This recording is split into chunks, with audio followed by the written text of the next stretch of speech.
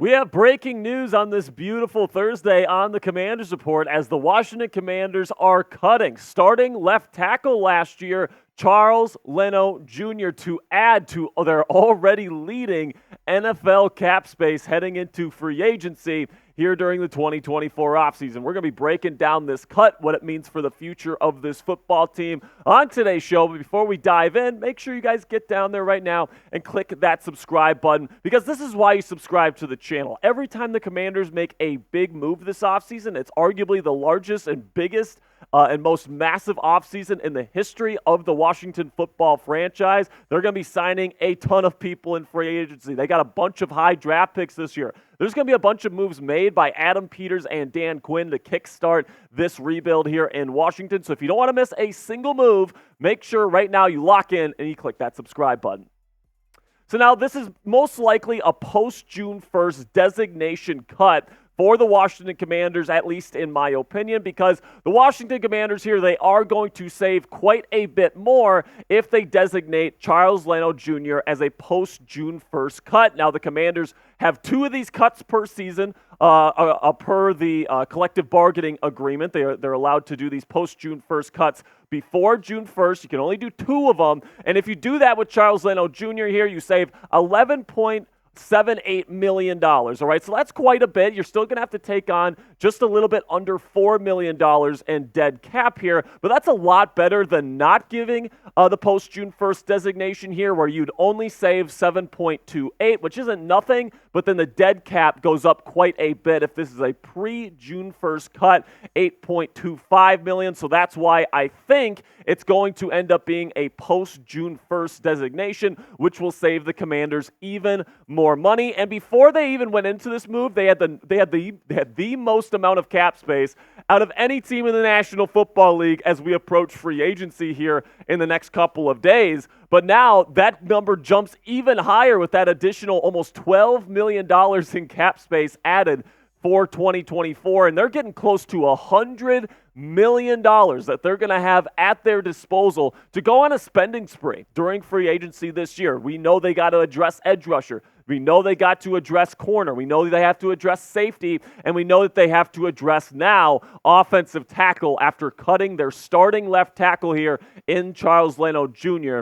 today. Now, coming up, I'm going to give you guys my take on this cut of Charles Leno Jr., whether I think it's the right call, and then we'll also go over the options that the Commanders have at their disposal once free agency comes around. But before we get into that, let me know down there in the comments section, what is your one-word reaction to the Washington Commanders cutting Charles Leno Jr. today? All right, so this is going to be the pinned comment on today's show, so YouTube's going to throw you an ad break here in just a couple of seconds. When that happens, take advantage of that time by answering today's pinned question. And while you answer that pinned question, I want to tell you about today's sponsor at Prize Picks. And guys, football season might be over, but the action on the floor and with both college and professional basketball is just heating up. Whether it's tournament season or the fight for playoff home court, there's no shortage of high-stakes basketball moments this time of the year. Get in on the excitement with Prize Picks, America's #1 fantasy sports app, where you can turn your hoops knowledge into serious cash. Quick withdrawals, easy gameplay, and an enormous selection of players and stat types are what makes Prize Picks the #1 daily fantasy sports app in the United States. So you might be asking yourselves, how does this work, Jack? Well, here's how you play. You pick 2 to 6 players, and if they'll go for more or less than their Prize Picks projection, you can even win up to 25 times your money on any entry. And guys, we know the NFL Combine is going on this week, and you can even put in Prize Picks projections on how these players are going to test. So we've got the 40 times right here. I'm going to take the less on Quinn Mitchell because 4.35. I mean, let's face it, man, that's pretty darn fast. Then I'm going to take the more on Kamari Lassiter, who at 4.53. I think as a good corner from Georgia, you can get a little bit better than that. And I'll take the less on Troy Franklin's there, 4.36. Once again, that's a really, really tough time to get. So I'm going to take the less on that one with Troy Franklin, the wide receiver out of Oregon. You can get your picks in now by going to Prize Picks. And go with Prize Picks right now, guys. It takes 60 seconds to make your picks. Super easy, super addictive. You're not going to want to put it down. It's so much fun. Download the app today and use code CLNS for a first deposit match up to $100 today. Again, download the Prize Picks app today and use code CLNS for a first deposit match up to $100. Pick more, pick less. It's that easy with our friends at Prize Picks. So let's take a look at the recent Pro Football Focus grades here for Charles Leno Jr. and kind of break down why the Commanders decided to make this move. And you look at the numbers here, and it's not like Charles Leno Jr. was the worst tackle in the National Football League. He's somebody that could hold his own, which is one of the reasons why I thought they might try to keep him on the roster as maybe like a swing tackle or something like that. But I think at the end of the day, they just didn't want to have their backup swing tackle account for like $15 million of their cap for 2024. So you look at these numbers here, they're not terrible. Just last year, he was the 28th highest graded tackle in the National Football League. But the big thing with Charles is that he's always struggled with like the really high-end edge rushers, and you have to deal with a lot of those in the NFC East. You got Micah Parsons, you got guys like Hassan Reddick, you got a bunch of different guys in this division that can really get after the quarterback. And then after Charles Leno Jr. had that hip injury at the end of last season, and he's getting surgery on that this offseason, you got to think that another dip in production is probably on its way for the aging offensive tackle, and he just wasn't worth the cap hit at the end of the day. So listen, this move does not shock me whatsoever because of those reasons. I think, because of the injuries, because of the struggles against elite competition, and then you add on top of that a pretty decently high cap hit, and then also you can save almost $12 million by cutting him. At the end of the day, I think this is the right move for the Washington Commanders, which now means it's time to go and get his replacement. It's time to get a new left tackle to protect whoever's going to be quarterbacking the Washington Commanders moving forward. And the good news for Washington is there are some decent options in free agency. Tyron Smith is a bit older, but he still plays at a really high level when he can stay on the field.